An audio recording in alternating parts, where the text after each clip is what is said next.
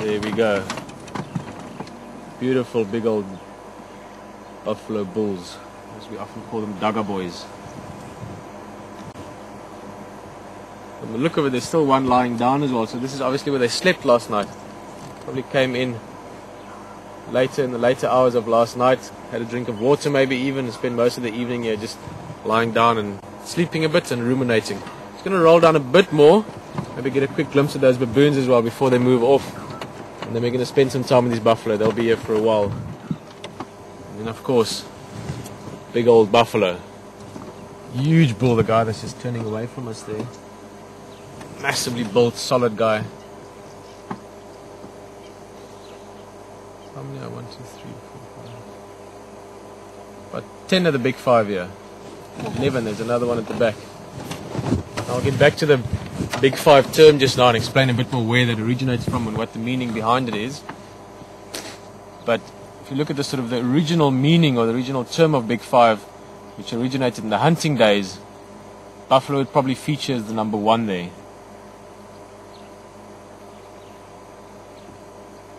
Most of the time quite docile animals, but if you mess with them, it's a little bit like sort of flicking Mike Tyson's ear. Not something you really want to go about doing.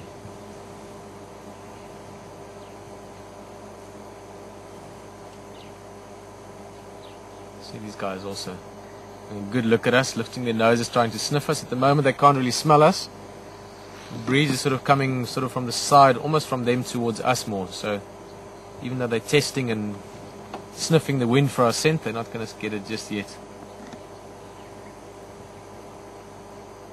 So you can see that just the posture as they stand and look at us, the challenge in it, daring us to mess with them.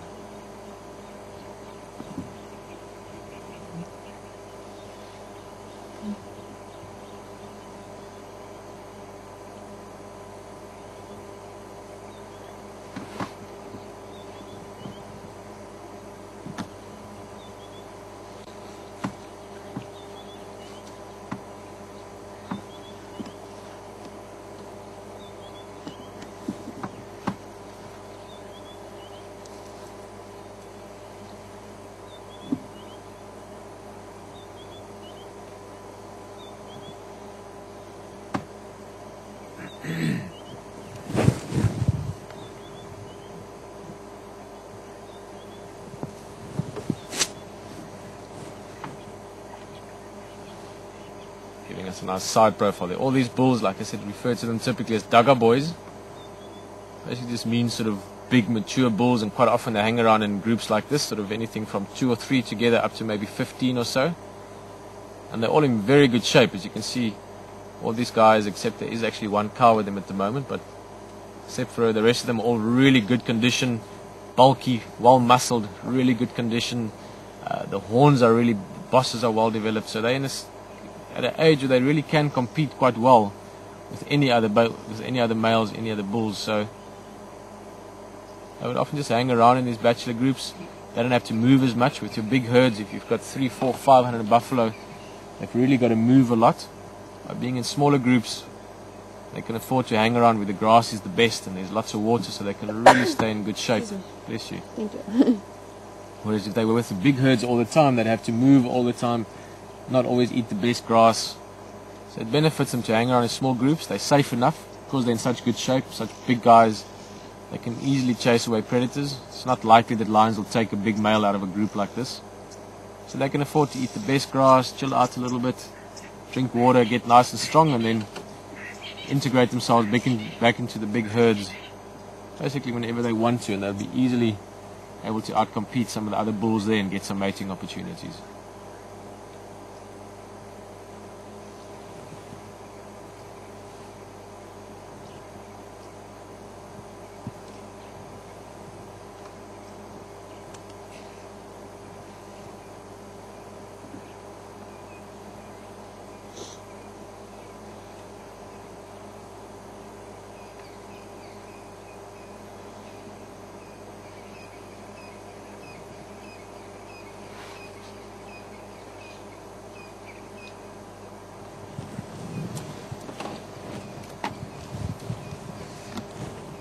And there's a water buck here as well at the back there.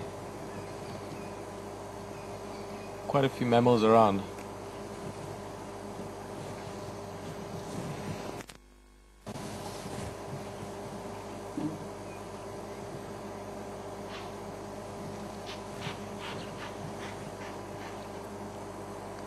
I mentioned just now that if you were to look at the Big Five, or the term Big Five, we'll talk a little bit about that just now, and the original meaning of it, or the early meaning of the Big Five, buffalo would probably be the number one on that.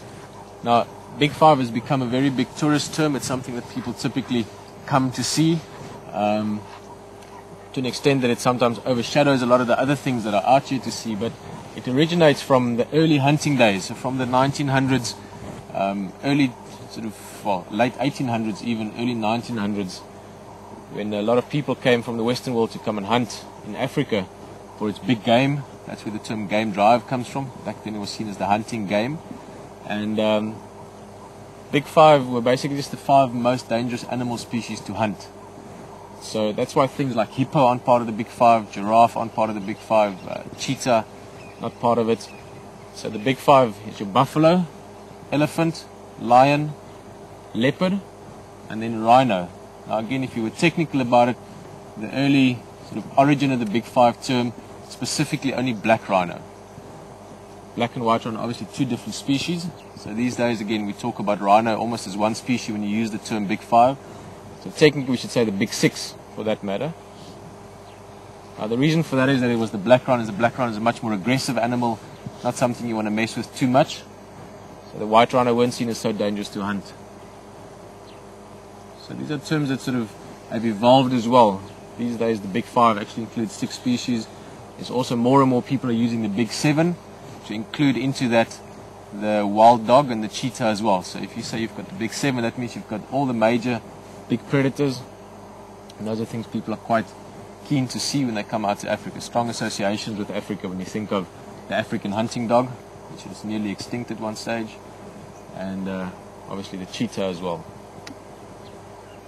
Now when it really comes to hunting, if you read any of the old hunting stories in East Africa or Southern Africa, sort of around about the turn of the 18 and 1900s, buffalo really are, of those animals, probably the most dangerous. They're incredibly aggressive once they're wounded or once they're threatened. To a large extent they'll try and avoid contact, but once they are, they're not afraid of taking on or confronting whatever is bothering them. So many hunters, many hunting dogs, many horses have been killed and injured during 150, 200 years of hunting in Africa. Percentage-wise, by far the most by buffalo. So that's where the term originates from.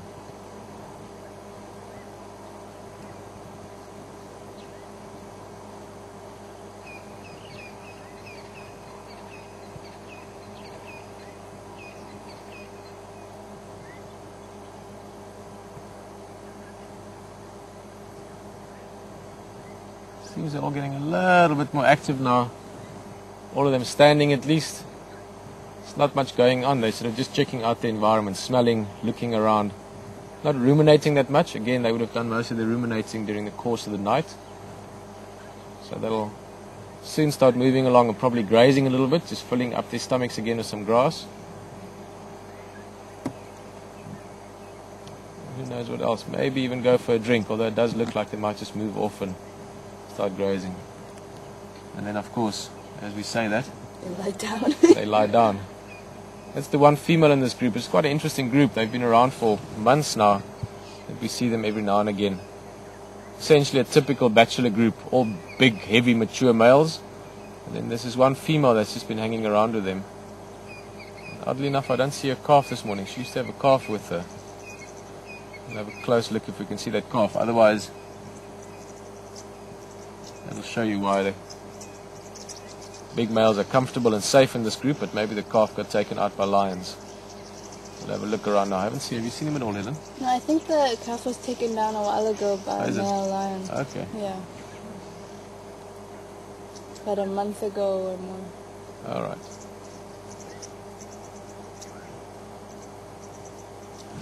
A bit closer. They are quite relaxed. Just get some nice light on them. They're sort of walking away from us at the moment.